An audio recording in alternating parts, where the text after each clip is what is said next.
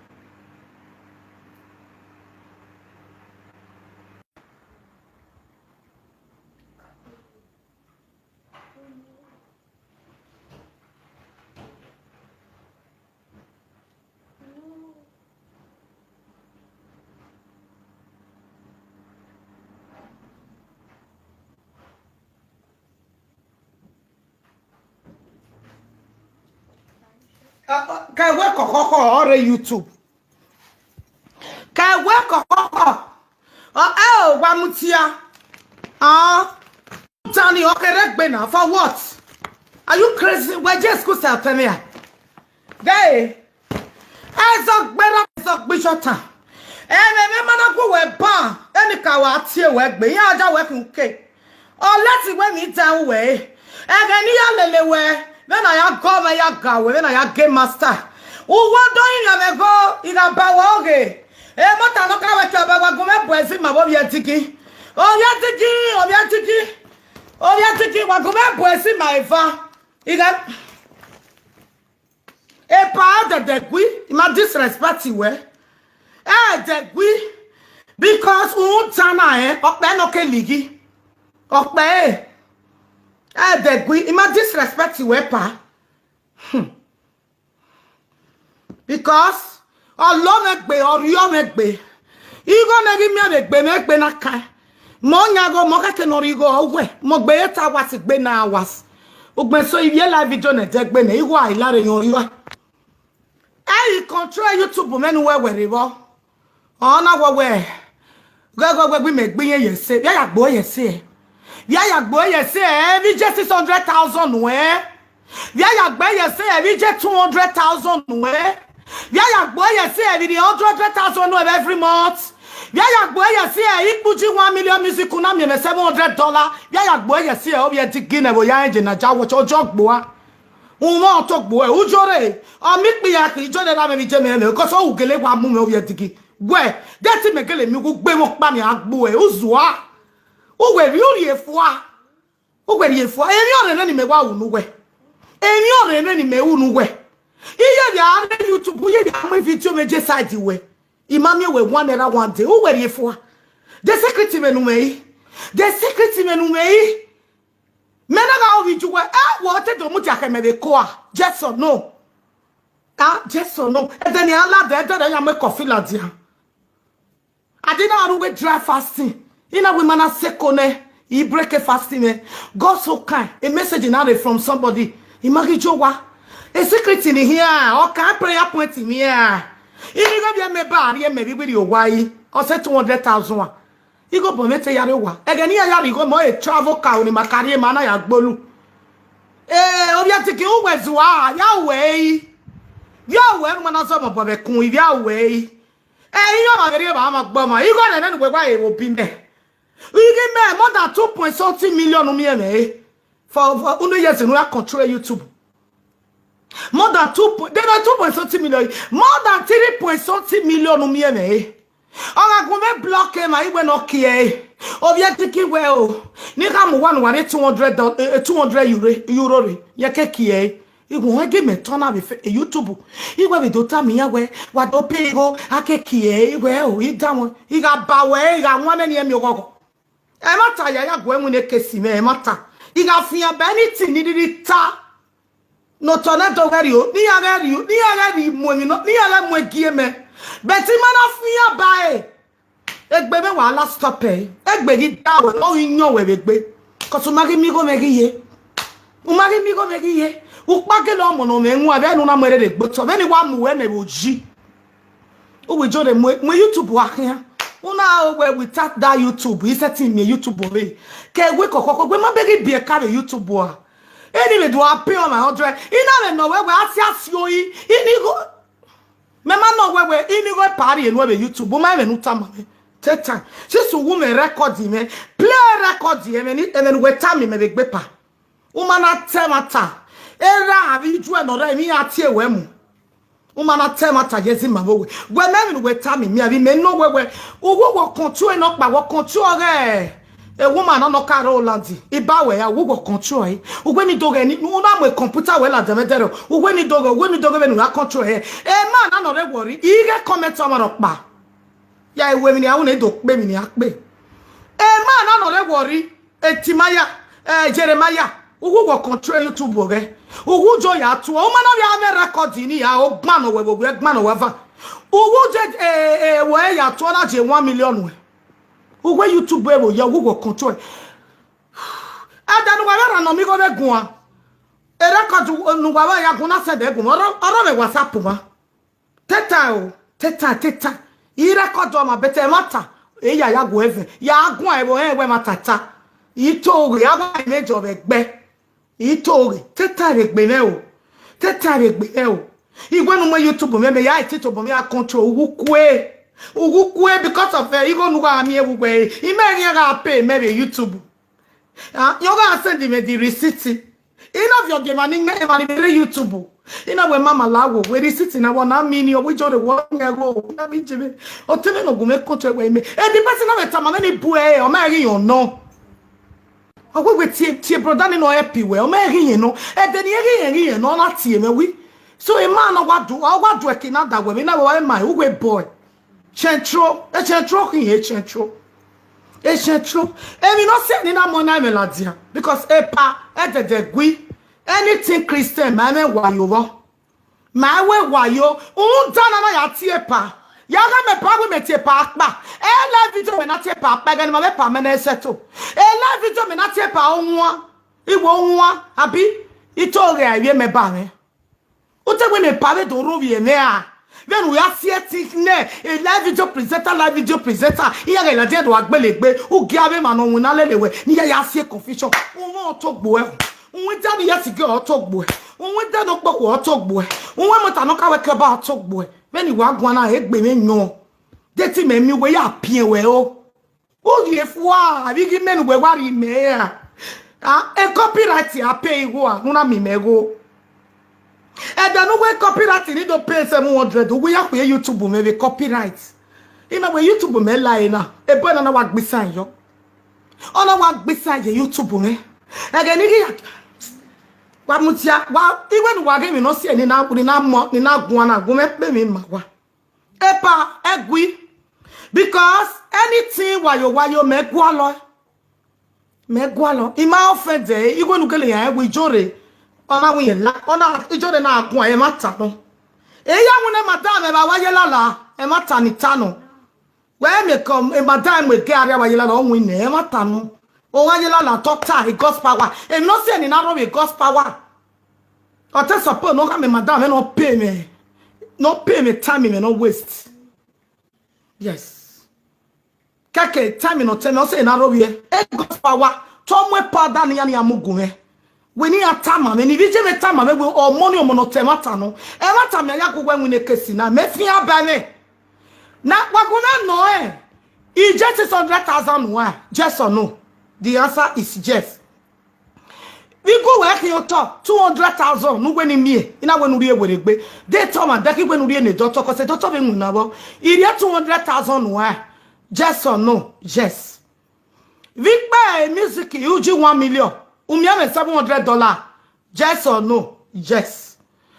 you gonna let YouTube re meso 15 12 13 what are you yes or no yes 100,000 you got every nothing what are you yes or no yes edo ya be what temata adobo me malaki jore temata area ya goga we need the freedom when YouTube member a man of America no one YouTube no we are free nika man no more YouTube me ya change everything a password everything we ekwe or we need to do ere man atama me we na round na ha me power ere me we me Nigeria take time what take time in Nigeria magije Nigeria what is your business Mema when we deliver ye no zume John wa lawyer. E fe kinona when we a lawyer. Ma wo etene dan we koko there. E koko wan dia ma wo eta. E me dan e me na ya mwende anything gboto atemata. Vie di odio la dia, ugo dio no mo go 100. Uma na vio e la dia wa regret to ponu gbe kan mi pia. Ve eni ga me etu we se zobo. Cause zobo Mario me 1 naira. Me hate to wear cause anything for one night. It may not me or I more you exam because it's sweaty men. Wari control with YouTube. You go no wala 1512 13 we draw ya. We go to do me 100,000 by Wuki Agba. Don't feel the ya we go. See Jesus school mujo tu owa. Owa. Kono guni me we ya owo we me 100 nini do dio de mi no rotio. Oga nu na go control ma ya be YouTube. Oga nu na we nokpa. Do dio no me yi. Vi ma wa gbatai. Ere no paleta be na we nya me secret me o kekere na agbara mori re wa teta o. Wa gu me kwa yu waru o. Iga ru da we gu. Wa gbona ki are re we o. Wa teta o. O pe ni kesu se o. Wa zo mo bobekun. Wa zo mo bobekun o. La gbogbo ijera me bi je me ya mi wa. Na da what is zo mo bobekun. Uriome me na rioma. Uriome. Imaka because imagine school be nujo. Ugba bi be pa yin wa pina wi 30. Zo mo bobekun o. Zoma bobeku la gogo eri o me bi ke ki o we ni ki o go me zoma bobeku uri o me gbe me YouTube me nu go me koko igo ne na ja watch mu me o gbe 30,000 euro zoma bobeku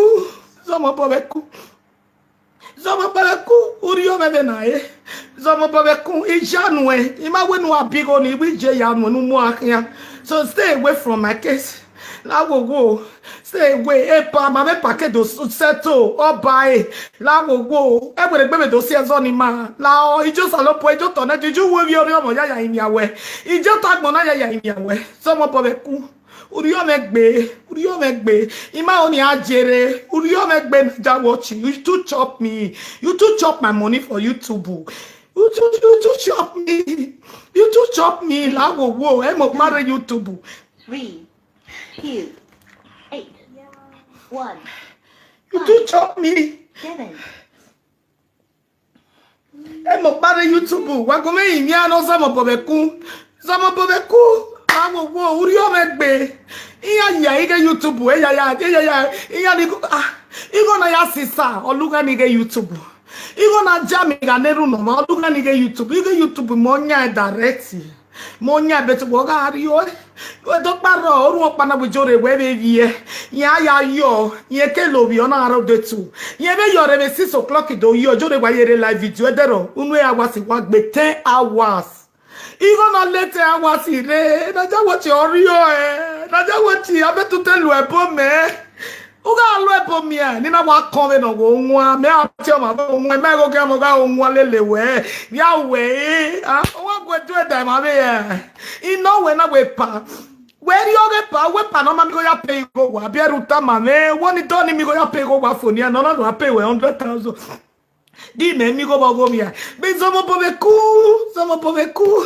ah o ma be se su so beri e ima we ko o we me ko ah de tu wa bi ari 100,000 ma ri go no laire problem mi ro o wa bi ari go no laire ma go de gba mi me go be problem mi ga ro o wo we no one collect 5 million every month o wa je ah zomo bobeku la wo e be do se so ni ma be pa zomo bobeku te just aloba ya imi awe zomo bobeku i just aloba ya o ti onu wo me ni Viola dia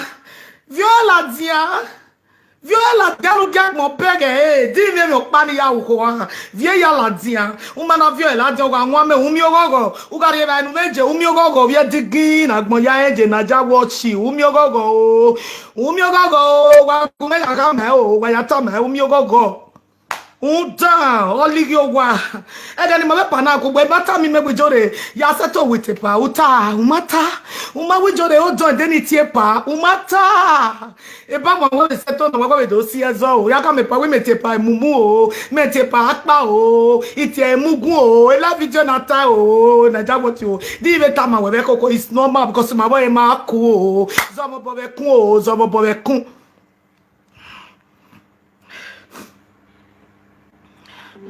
Someone bobeku la wo e bi YouTube me nu mu una be ya mo video jo e ba nu we hilo de video jina but ya ni buma e wo nya YouTube me ni ime ya ko si me ni ro me fun eni nu ya ki e oyiro e gogo tori eni naka ya ki YouTube e gogo vie ya la de wa be change yo be vie bai e tori so en YouTube ni wa be o to wa be o Then we carry a curry arrow. Wagume in a wash wala, wagon some of a coon wala, wagume in your bay, or your bay. You gonna buy a dog, wait, but not to worry, I worry your mess on man. Who you are, you walk boa, you go walk boa. Most and all get sort of what I can imagine Nigeria is not it's none of your business, you look at with prayer points, man. And I'm aware, who did you, oh my dog, yeah, daddy at Mobaria, very big bomb away. Oh, my mama, dead there. I walk by YouTube. We're not going to kill YouTube. I got a mommy love and I want to kill YouTube. I want to I will not paying 50 euro. What give me an idea? 100 euro, 200 euro, 100,000. Only my high. You may all want time when you pay. Oh, you go man cover or block it. Why am I come away? You block it. If you don't say you not solar, you know, take away those years on my paper. A pie in your mail near wherever. Near wherever, but a pie, he said, because a man of Madano. He must solar damage and another other born, mother life with the presenter. Moila dia because a presenter will be king. A presenter will be king or YouTube, a YouTube, my YouTube, you got a YouTube, we go with YouTube. Why are you YouTube after your school? No good job a long time. You got a YouTube. We are seeing ya here, when everything to the most. Why are you couple of Kuninia?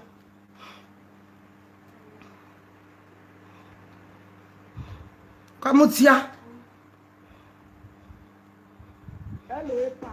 Welcome to Epa. Hello, Epa. Epa, make my work on a yak bay. Because I'm a pagona when you delete. You didn't can't send in the record, you not send the also, I will last night. Wow, we fake and marry Latina. Fake him, that's why we thought that what I made fake. A may stand you. Mario, you will buy. He might feel my over if you for 1 hour. When in a time, that was your bear or your bear. A power, you know, to come over with him to react. Ma, didn't marry call. A power, when I go Salabana Moko, Anima, oh, him, ma. A power, oh, you were roving me. The last video, we just away for Kufukuro, you can ask the men that was there. Iwe Muguni a party on one. The last video, meta, the last video. Dear Metinia, when the last video, Calatia. The Tabana, one may tell one to the garden. Or not going to a dog manner. Or we would take our own, or wait a tomato, Magbe, Jess. And I do that there on grateful person. Buy a do that. What's the one I got there? You gonna pay maybe YouTube. When I call it a year plus 100,000 every month for what? You have me 1 year last year with YouTube. For 2 years in it, baby, YouTube marry 1 year. 1 year in my. Oh, we are paying no man. It was all about being a bio because I was so again a big way. On not sending the receipt. I mean, that's on the YouTube not to send again away. They didn't mean I will go well. Make it here on our go. We're not temata. Oh, man, not temata. Not even talking. Let me my va. You know, him, you go. Do you talk in maybe you go? Do you talk in maybe you go? They need Jesus Christ no me for. He said. Etianika o eti tornado na ya ma. Ye mi go maybe mi go. Ye me na talk again na. Me mi go. Ye ga be talk. Ye be mi go. Oh, man, not even temata. Okay, I'm mad be na. Okay, I'm mad. Is the mama. Ah. Aba me mi gbefe na te no mo na me. Me yo kan ya je. Anybody no temata. So he was deleted. When no say the yard, or Salapa will say, Mama got anything, batty, secret, no. Ni eta mi me don't back ni na we control YouTube na. E control re no pa. No e pay 100,000 the we no time. Ya take good weapon me that time na we any go party no we because we help we ni na IT block we Facebook we. You got buy no want on to talk be me. You know we go. I we pan go. A permanent pay go waffle. When the money take time, when not take time, when I go for me, YouTube will not go make your money. You got an oil woman.